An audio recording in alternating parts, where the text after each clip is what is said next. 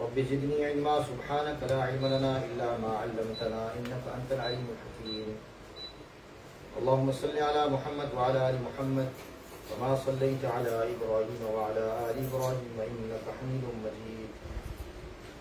अल्लाहुम्मा बारिक कमा बारकता अला इब्राहीम व अला आलि इब्राहीम इन्नका हमीदुम मजीद।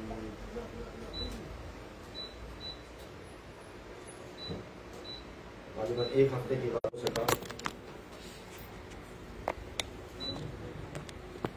अल्लाह से दुआ है कि अल्लाह तबारक व तआला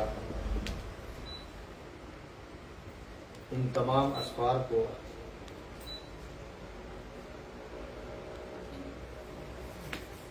कबूल मंजूर फरमाए। आमीन।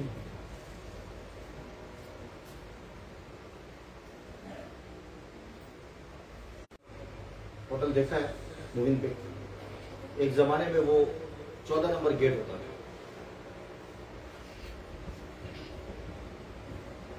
अब वो गेटों की जो शहर की जो गेट के जो नंबर है वो तब्दील हुए हैं। उसकी वजह से अब नंबर मुझे याद नहीं है, लेकिन इतना याद है, इतना मालूम है कि मूविंग पिक के सामने एक बाग था पुराना तारीखी। 2013 में जब हज पे जाना हुआ था तो उस वक्त वो बाग मौजूद था। उसके बाद काफी अरसे तक मौजूद रहा, लेकिन उस वक्त मैंने मजमून लिखा था कि जिस तरीके से ये बाग अब मौजूद है, शायद पता नहीं बाद में वो तामीरात के बाद उस बाग की वो हयत बाकी न रहे। वो जगह तो बाकी है अभी,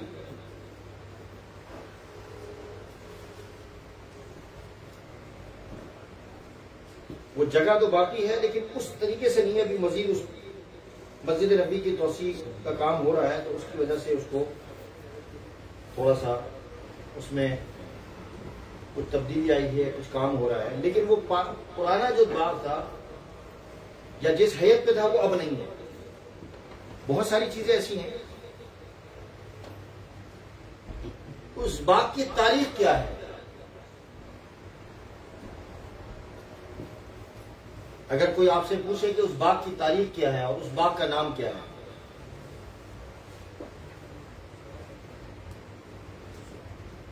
तो सबसे पहले तो उस बाग का नाम याद कर लें। इसको कहते हैं सकीफा बनी सादा।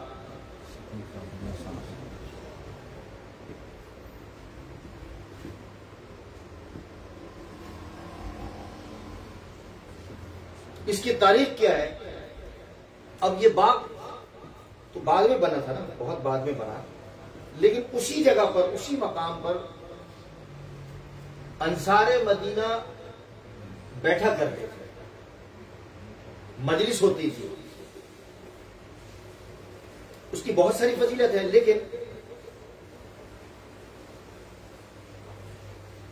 जो मैं बात कहने जा रहा हूं या जो बात मैं समझाना चाहता हूं आज कि इस जुमे में, उससे मुताल्लिक सिर्फ मैं आपके सामने चंद बातें अर्ज करूंगा।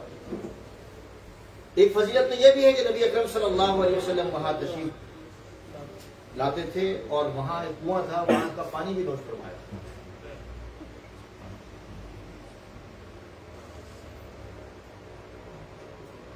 दूसरा, सहाबा वहां बैठा करते थे। मदीने के जो सहाबा थे, अंसार, वो बैठा करते थे। जैसे चौपाल होता है, ये जमाल भाई, छप्पड़ होता है, हमारे अपने मुल्कों में भी लोग बैठा करते हैं, तो इसी तरीके से सहाबा बैठा करते हैं। नबी अकरम सल्लल्लाहु अलैहि वसल्लम की वफात के बाद अंसारे मदीना वहां जमा हुए और इस फिक्र पर जमा हुए कि अब हुजूर के बाद नज्म और नस्क किस तरह चलेगा निजाम। ये इस तरह का वाक़या कभी आप हजरात के सामने शेयर नहीं हुआ, ना आप हजरात इस चीज से वाकिफ होंगे, क्योंकि इस सिलसिले में बहुत सारी ऐसी बातें हमारे रिसालों के जरिए से, उस जमाने में रिसाले, जरायद, किताबें, अब तो सोशल मीडिया का दौर आ गया, तो उसके जरिए से कंफ्यूजन फैलाया जाता है, बात फैलाई जाती है। तो उसका क्लियर होना जरूरी है, क्योंकि ये अकीदे से ताल्लुक है हमारा। तो हुजूर अलैहिस्सलातु वस्सलाम के बाद अब नज़्म व नस्क यानी निजाम कैसे चलेगा?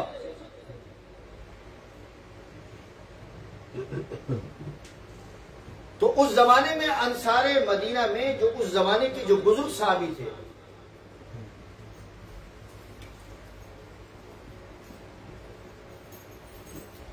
वो तशरीफ फरमा हुए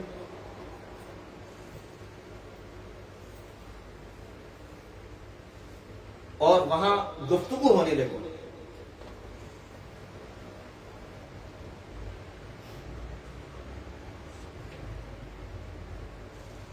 गुफ्तगू ये होने लगी, बातचीत ये होने लगी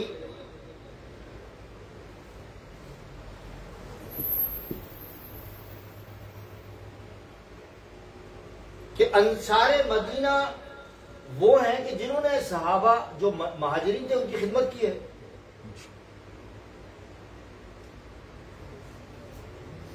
अंसारे मदीना वो हैं कि जिन्होंने सहाबा इकराम और हुजूर अलैहिस्सलातु वस्सलाम जब तशरीफ लाए तो पूरा निजाम उन्होंने अपने हाथ में रखा और संभाला उसको।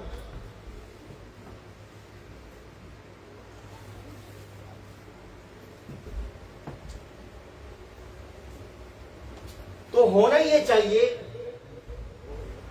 बेहतर तो ये है कि निजाम जो हो मदीने वालों के हाथ में, मदीने वाले ही चला ले।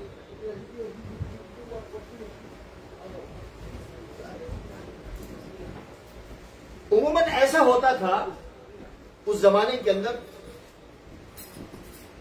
पहले जमाने में, कि वली अहद जिस तरीके से आज भी होता है कि मैं गुजर गया तो आपने अपने जनशिन मुकर्रर कर दिया, बड़ा मुकर्रर कर दिया कि चलो जी आप बड़े बन जाओ मेरे बाद।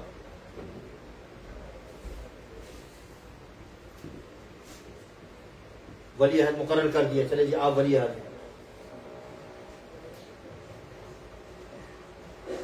तो वो क्या होता था, वो तो एक मुल्क का मसला होता था या एक घर का मसला होता था या एक इदारे का मसला होता था, चलो। लेकिन यहां सिर्फ मदीने का मसला नहीं था,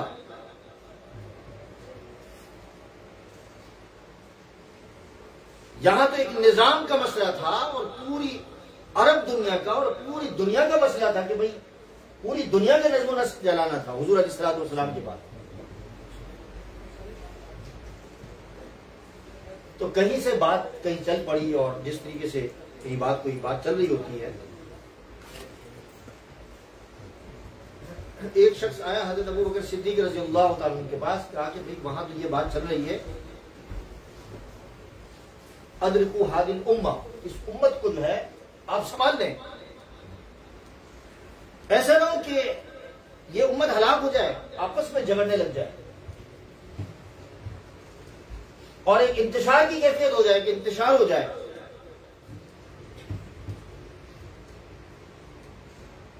हज़रत अबू बकर सिद्दीक तो बड़े हलीमुत तवा इंसान थे ना, बहुत नरम दिल। तो उस वक्त सहाबी रसूल अमीनुल उम्मा, इस उम्मत के अमीन हुजूर अलैहिस्सलाम उबैदा बिन जर्राह रज़ियल्लाहु ताला मौजूद थे, उनको लिया, बुजुर्ग थे,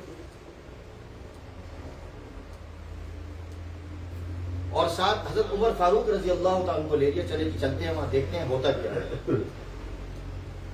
कहां हो रहा है वो जो बाप जिसका मैं तस्करा किया आपके सामने, सकीफा। तो वहां सारे अंसार साहबी बैठे हुए हैं, मजलिस लगी हुई है और क्या हो रहा है, गर्मा गर्मी हो रही है, यानी तकरीरें हो रही है। जिस तरह कोई कुछ होने वाला होता है ना, तो उसके लिए फिर मिल बैठते हैं कि भाई अब ये होना चाहिए, ये होना चाहिए, हर आदमी तकरीर कर रहा है। तो हजरत अबू बकर सिद्दीक रज़ियल्लाहु ताला अन्हु बैठ गए, हजरत उमर फारूक भी बैठ गए, और हजरत उमर फारूक रज़ियल्लाहु ताला अन्हु का ख्याल ये था कि मैं पहुंचूंगा और पहुंचते ही मैं खड़ा होकर अपनी बात कह दूंगा, मैं एक खाका बना के आके मैं मुझे क्या बात कहनी। जैसे ही पहुंचे और जब तकरीर शुरू हुई तो हजरत उमर फारूक उठने लगे रज़ियल्लाहु ताला अन्हु। तो हजरत अबू बकर सिद्दीक ने ऐसे हाथ पकड़कर उनको बैठा दिया कि आप तशरीफ रखें, और खुद खड़े हो गए।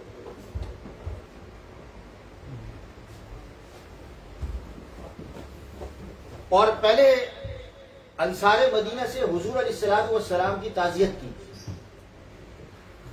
अब अंदाजा करें कि किस तरह मजलिस में आमद के भी किस तरह आदाब होते हैं। ऐसे नहीं कि भाई आप आए, जैसे कोई मामला चल रहा है तो आगे आपने बीच में आप भी पढ़े। पहले हालात को देखना है कि वह हो क्या रहा है,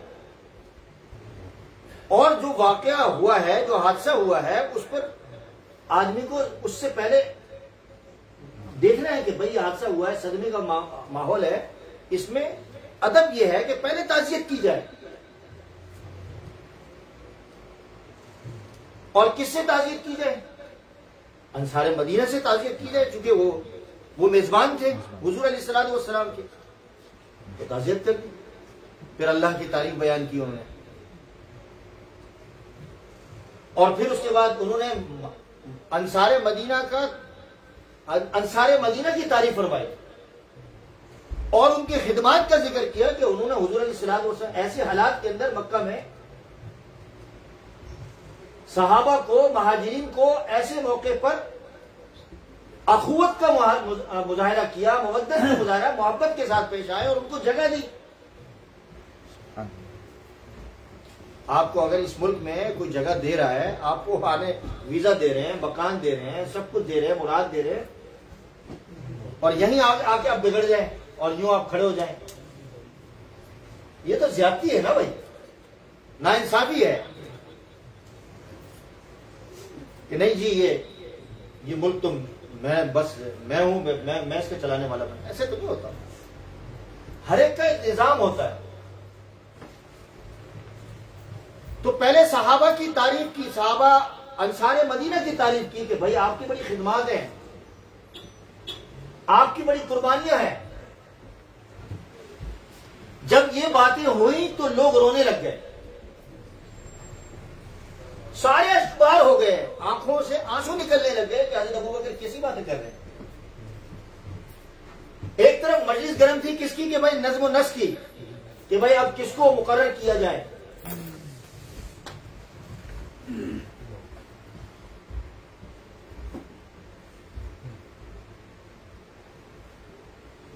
तो हज़रत अबू बकर सिद्दीक रज़ी अल्लाह तआला ने फिर फरमाया क्या अल-अइम्मतु मिन कुरैश, अन्नासु तबअन मिन कुरैश, कि लोग जो हैं वो ताबे हैं कुरैश के, और अइम्मा किससे हैं? कुरैश से हैं। समझ गए बात को?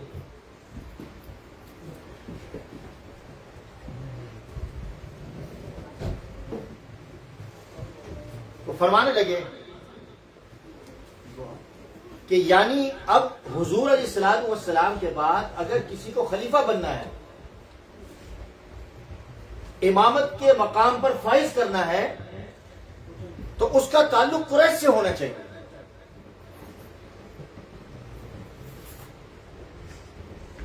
हजरत उमर फारूक फरमाते हैं कि मैं तो देख रहा था हजरत अबू बकर सिद्दीक रज़ी अल्लाह तआला को, जो बात मैं कहना चाह रहा था वही बात उन्होंने कह दी।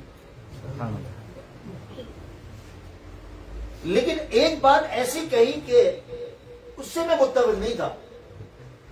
किससे? एक बात से मैं मुत्तफिक नहीं था, बाकी सारी बातों से मुत्तफिक था। वो क्या बात थी? हज़रत अबू बकर सिद्दीक रज़ी अल्लाह तआला ने फरमाया कि तुम्हारे दरमियान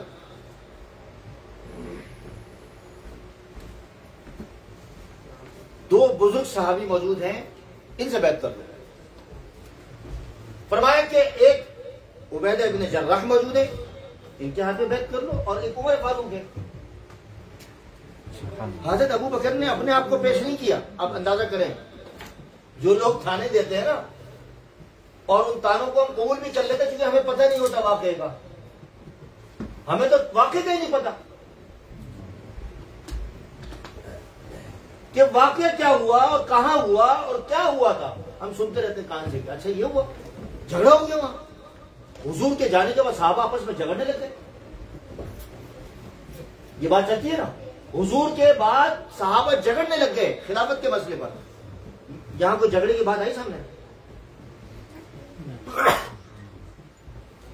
सहाबा ने सिर्फ इतना कहा कि भाई हम यहां के हैं। सहाबा आए थे यहां, तो हमारे में से कोई अमीर बन जाए। और ये जुमला एक मुहावरा पेश किया सहाबा ने कि मिन्ना अमीर व मिनकुम अमीर, हमारे में से भी अमीर होगा और आप में से भी अमीर होगा। तो हजरत अबू बकर सिद्दीक ने कहा कि एक नयाम के अंदर, हाजी जमाल भाई, दो तलवार कैसे रह सकती है? फरमाया हजरत अबू बकर सिद्दीक ने कि मिन्ना अमीर व मिनकुम वजीर, हमारे से अमीर होगा और आप में से वजीर होगा। और हुजूर के जमाने में भी यही था कि आप में से वजीर थे, सारा नज्म नस्क आपके हाथ में था, तो ये वजारत की जिम्मेदारी होती है। जो वजीर होता है उसकी जिम्मेदारी होती है नज्म नस्क, अमीर की जिम्मेदारी नहीं होती। तो जब हजरत उमर फारूक रजी अल्लाह ताला का नाम लिया, तो हजरत उमर फारूक कहते हैं इस बात पर मुझे इख्तिलाफ था कि मेरे नाम क्यों लिया। अब अंदाजा करें कि वो सहाबा के जलीलुल कदर सहाबी, वो भी आखिर इंसान थे ना, वो भी चाहते कि इख्तिदार ले लेते। अबू बकर अपना नाम ले लेते, उमर चाहते कि मैं बन जाता। और आजकल के हमारे मुल्कों के वजीर, हर आदमी अपने आप को पेश करता है। हदीस में आता है कि जो अपने आप को पेश करता है इस तरह समझे कि या कोई मनसब पर अगर उसको बिठाया जाए तो वो इस तरह के जैसे उसको छुरी से काट दिया गया। इतनी बड़ी जिम्मेदारी, ये हदीस इनके सामने थी। ये तो एक वजीर की बात हो रही है। हमारे मस्जिद कमेटी के जो मसले होते हैं, ट्रस्टी बनने के जो मसले होते हैं, हर आदमी कहता है मैं बनना चाहता हूं। वो बात मौजू अलग है, लेकिन ये दरम्यान में ये बात आई तो मैंने ये बात भी अर्ज कर दी कि अपने आप को पीछे रखे, खिदमत करें, लाजमी उम्मत की खिदमत करें। तो हुजूर अलैहिस्सलातु वस्सलाम ने फरमाया सय्यिदुल कौम खादिमुहुम, सय्यिद वो है, सरदार वो है जो कौम की खिदमत करता है। असल बड़ा वो है जो खिदमत करता है, बड़ा वही है जो कौम की खिदमत करता है, रहबरी करता है, उम्मत को बुरे हालात से निकालता है। वो तो साइन करने वाले होते हैं, बाकी जो लोग होते हैं।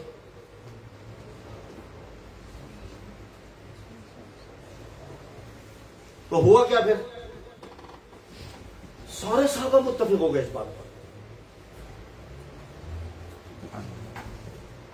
सारे साहबा क्या मुत्तफिक हो गए? ये जरा सुने जो अगला जुमला है। हजरत उमर फारूक रजी अल्लाह ताला अन्हु खड़े हो गए, जैसे मैंने कहा ना, खड़े हो गए कि ये कैसे हो सकता है कि हमारे दरमियान अबू बकर जैसी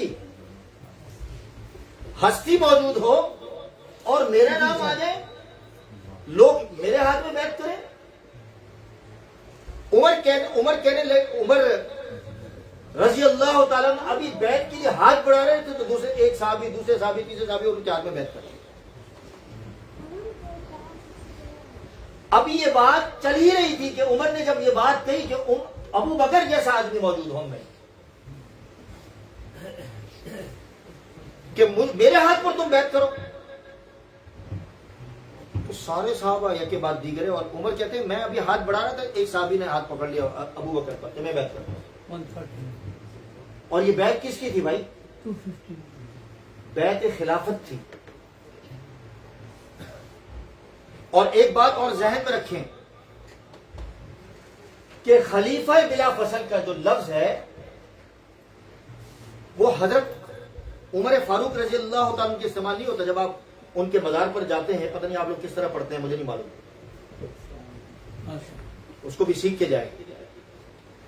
खलीफा बिला फसल, खलीफा जो का लफ्ज है वो सिर्फ कायनात के अंदर सबसे पहले जो पढ़ा वो अबू बकर के लिए पढ़ा रजी अल्लाह तआला, उमर के लिए नहीं है और उस्मान के लिए नहीं है, अली के लिए नहीं है, किसी के लिए नहीं है सिवाय अबू बकर के। बात समझ में आ रही है कि नहीं भाई? इतनी बात मैं जिस तरह समझा रहा हूं आपको समझ में आ रही है? ये अकीदे का मामला है, इसको समझे जरा। आपको समझ में आ रही है? कि अबू बकर, उमर के लिए क्या इस्तेमाल होता है? कायनात के अंदर अगर जो पहला जो अमीरुल मोमिनीन का जो लक़ब है, मैं इस्तेमाल कर सकता हूं? नहीं, मजहबी एतबार से नहीं कर सकता, ये इस्लाम का चारा है। अमीरुल मोमिनीन का जो लक़ब हजरत उमर फारूक ही के लिए इस्तेमाल होता है और हुआ है कायनात में सबसे पहले। और अगर कोई शख्स ये कि क्या हुजूर के बाद 1400 साल के बाद कोई खलीफा अपने आप को कहता है, तो खलीफा कहता रहे अपने इलाके का, भी उसको अपने इलाके का शख्स भी उसको मानने के लिए तैयार नहीं है। अब अगर यहां लंदन में कोई आदमी ये कहे कि मैं खलीफा हूं, तो उसके इलाके के जो लोग हैं, चाहे वो अंग्रेज हो चाहे मुसलमान हो, कोई भी कोई मानेगा उसको? वो बनता रहे, तो अपने घर का खलीफा, अपने घर के अंदर तेरी बात नहीं सुनी जाती, तो खलीफा घर का बैठा हुआ है। इसको कहते हैं बिला तमकनत, यानी जो हाकिम होता है उसकी जो तमकनत होती है, उसका जो मानना होता है, वो सारे सब पर होता है, सब मानते हैं। अब इस मुल्क के अंदर एक बादशाह का एक निजाम है, कोई इनका एक निजाम है, सब मानते हैं, सबको मानना पड़ेगा, उसके बगैर रह नहीं सकते। कानून है पाकिस्तान में, सऊदीया में चले, वहां बादशाह का निजाम है, तो सबको मानना पड़ेगा। तो अमीरुल मोमिनीन और खिलाफत, पूरी दुनिया के खलीफा थे हज़रत अबू बकर। अमीरुल मोमिनीन थे तो पूरी दुनिया के अमीरुल मोमिनीन थे। अब ये बात यहां क्लियर हो गई है। पहली बात जरा सुने, पहली बात कि जो बाग मदीना मुनव्वरा के अंदर है, उसमें क्या हुआ था? कोई झगड़ा हुआ था सहाबा का? नहीं हुआ ना, कोई लड़ाई हुई थी? इस बात पर कि भाई, थोड़ी सी बात कि भाई मदीने वाले का हक है कि मदीने वाले बन जाए, क्योंकि उनका जहन सिर्फ मदीने के हद तक था। यह वुसअत नहीं थी कि पूरी दुनिया का एक आदमी खलीफा बनना है, पूरी दुनिया का निजाम चलना है, तो उसके लिए कोई बड़ा आदमी चाहिए। आगे समझ में? अब ये दूसरी बात सुने। हजरत अली रजी अल्लाह तआला अन्हु फरमाते हैं कि मुझसे किसी ने आगे पूछा, ये एक और मसला है कि यहां एक मसला और पेश आता है कि लोग ये कहना शुरू करते हैं कि यार अबू बकर अफजल है या उमर अफजल है या उस्मान अफजल है या अली अफजल है। अफजलियत का मसला आता है, और इसमें भी बहुत सारी ऐसी बातें हमारे दरमियान में फैलाई जा चुकी है कि नहीं, ये अफजल है, ये अफजल है, ये अफजल है।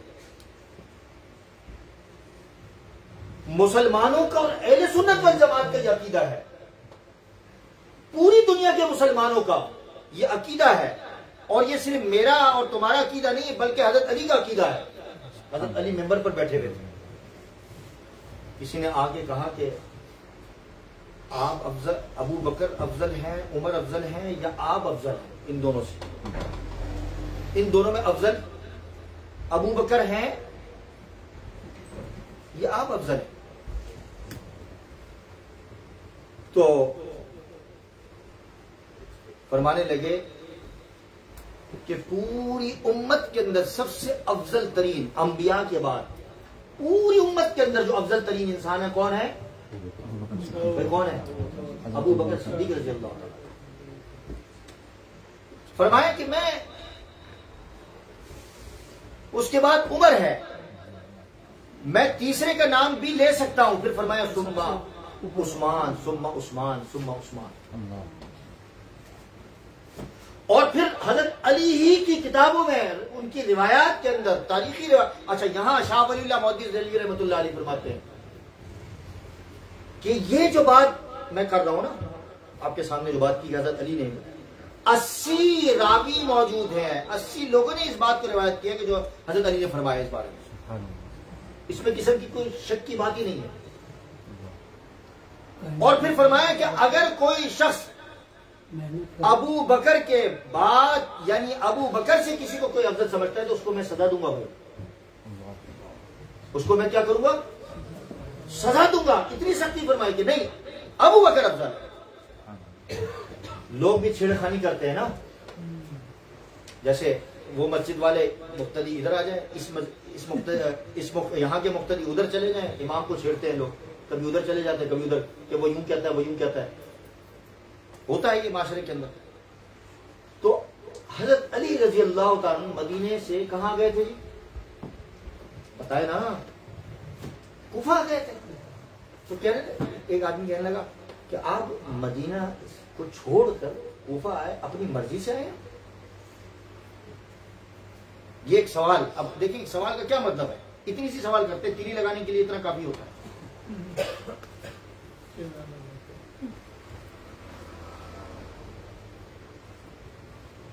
समझने वाला इंसान समझ जाता है। कोई इख्तिलाफी बात होती है ना तो लोग तीली लगाते हैं और मजीद आग भड़के। तो हजरत अली रजी अल्लाह ने फरमाया गया, जी मैं अपनी मर्जी से आया हूं। आपको हुजूर ने हुक्म दिया था? नहीं नहीं, मैंने अपनी मर्जी से यहां मुंतकिल होने का प्रोग्राम बनाया। अच्छा जी, उसके बाद फिर हजरत अली रजी अल्लाह तआला फरमाते हैं कि हुजूर अलैहिस्सलातु वस्सलाम मरजुल वफात में थे, बीमारी में थे, मस्जिद में आने से कासिर थे। मैं भी मौजूद था, हुजूर को ये बात मालूम थी। जरा सुने, हुजूर सल्लल्लाहु अलैहि वसल्लम को ये बात मालूम थी कि मैं कहां था, मस्जिद नबी में बैठा हूं, मुसल्ले पर बैठा हूं, पहले मुसल्ले पे, पहली सफ में बैठा हूं। हुजूर सल्लल्लाहु अलैहि वसल्लम को मालूम। तो नमाज का वक्त हो गया, हुजूर ने फरमाया कि अबू बकर को मुसल्ले पर खड़ा करो। अबू बकर को मुसल्ले पर खड़ा करो। हजरत कौन कह रहे हैं? हजरत अली रज़ी अल्लाह तआला फरमाते हैं। इसका क्या मतलब हुआ कि हमारी दीनी उमूर के अंदर जितनी भी दीनी उमूर हमारे पास हैं, इबादत में जो हाई लेवल की चीज क्या है बताओ? नमाज है ना। जो नमाज का अमीर होता है वो बाकी चीजों का भी अमीर। तो हजरत उमर फारूक रजी अल्लाह तआला, हजरत अली रजी अल्लाह तआला फरमाया कि जो बात हमने देखा कि जब हुजूर अलैहिस्सलातु वस्सलाम ने, फिर एक और रिवायत के अंदर आता है और ये बात बयान कर चुका कि हजरत अबू बकर सिद्दीक एक किसी कज़िये के सिलसिले में कुबा तशरीफ ले गए थे। आते हुए देर हो गई, नमाज के लिए सहाबा इंतजार कर रहे हैं। तो हजरत बिलाल ने कहा कि आप नमाज पढ़ा लें। हजरत उमर से कहा, हजरत उमर ने कहा नहीं, तुम कहते हो तो मैं पढ़ा लेता हूं। मुसल्ले पर आ गए, आवाज ऊंची थी, तो हुजूर अलैहिस्सलातु वस्सलाम की आवाज है कि ला ला ला। इसका मतलब अबू बकर का इंतजार करो, अबू बकर को आने दो। उमर भी नहीं, उमर कोई अंदर भी सकत नहीं है, जब तक अबू बकर मौजूद हो उमर आके मुसल्ले पर नमाज पढ़ाए।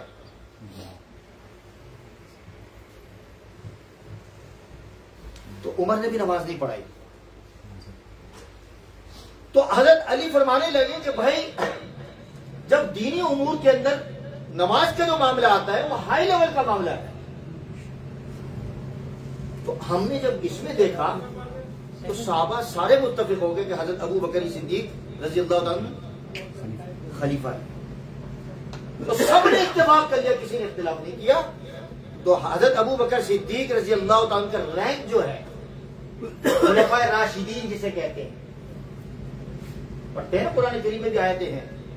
और अभी अलैकुम बिसुन्नती व सुन्नतिल खुलफाए राशिदीन, इनमें रैंक के दर्जे के अंदर देखा जाएगा कुरान और हदीस की रोशनी के अंदर अहले सुन्नत वल जमात के अकीदे के मुताबिक हजरत अबू बकर का मकाम सबसे अफजल है। अब ये दो मसले मैंने आपको बता दिए। एक मसला बताया किसका खिलाफत का, कि किस तरह चुनाव हुआ, हजरत अबू बकर का किस तरह चुनाव हुआ, ठीक है, वो बाप का बता दिया। फिर उसके बाद मैंने बता दिया कि अफजल कौन है, हजरत अली रजी अल्लाह तआला की रिवायत से मैंने बता दिया, उनकी बातों से मैंने बता दिया कि अफजल कौन है। दो बातें हो गई। तीसरी बात मुझे अब ये बतानी है कि हजरत उमर फारूक रजी अल्लाह तआला कैसे खलीफा बने, फिर हजरत उस्मान गनी रजी अल्लाह तआला कैसे खलीफा बने, फिर हजरत अली कैसे बने। तो उसके लिए फिर अभी तो वक्त नहीं है, वैसे भी 10 मिनट ऊपर हो गए। आप मुझे मालूम है कि आप लोग बड़ी दिलचस्पी से सुन रहे थे। अगर मैं चलता भी जाऊं तो आप मुझे टोकेंगे नहीं। अल्हम्दुलिल्लाह ये इस इदारे की शान है। अल्हम्दुलिल्लाह बाकी मस्जिदों में मैंने कुछ सुनी सुनाई बातें मिलती है कि लोग खड़े हो जाते हैं कि ये क्या तरीका है, ये तो अदब के खिलाफ है। अल्हम्दुलिल्लाह हम भी आपका अदब करते हैं, आप भी हमारा अदब करते हैं। अल्लाह पाक जज़ा खैर अता फरमाए। अगले जुमे में जरा जल्दी आए तो इस मसले पर डिस्कस करेंगे। और ये चुनाव जो होता है खिलाफत के बाद, चुनाव का क्या तरीका है शरीयत के अंदर, अल्लाह ताला हम सबको समझ अता फरमाए।